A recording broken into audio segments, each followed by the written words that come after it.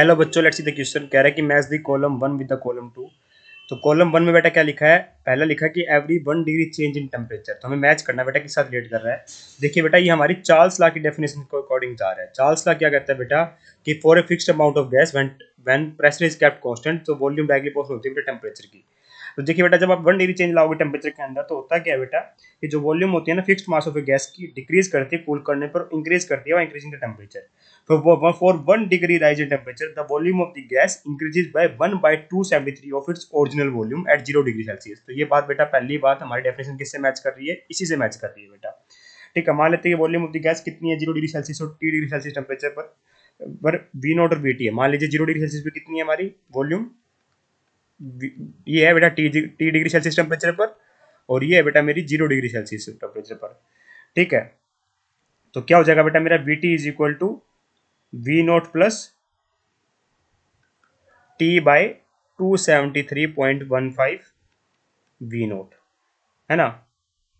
तो इस तरीके से लिखा जाता है बेटा इसको, और ये चार्ल्स लॉ की एक्चुअल डेफिनेशन है बेटा, जो ये बताई गई है कि for every 1 degree change in temperature the volume of the gas changes by 1/273 of the volume at 0 degree Celsius. तो ए का तो पी आएगा बेटा।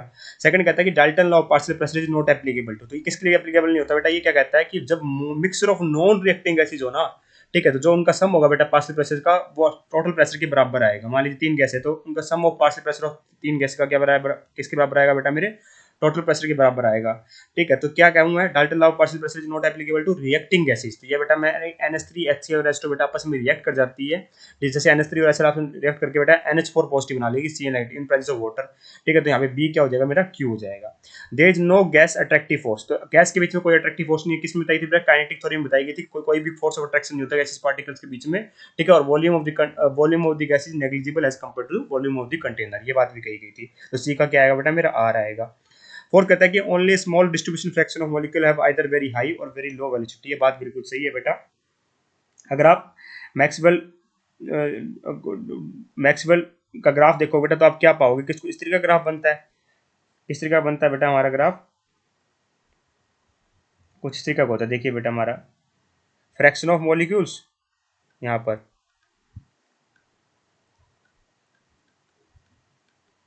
और इस साइड क्या होता है बेटा, मेरी स्पीड होती है। ठीक है, तो ग्राफ कुछ की जो रिजल्ट आता है बेटा, कुछ इस तरीके का रिजल्ट आ रहा होता है।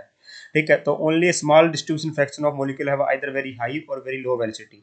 ठीक है, या तो बहुत ज़्यादा हाई या बहुत स्मॉल के लिए देखिए मैक्सिमम जो मोस्ट प्रोबेबल वेलोसिटी बेटा यहाँ पे पाई जाती है। तो जो बहुत कम पार्टिकल है जिनकी बेटा या तो बहुत कम स्पीड होगी या फिर बहुत ज़्यादा स्पीड होगी, ये बात बेटा मैक्सवेल कर्व से पता चलती है। तो डी का ऐसा आएगा।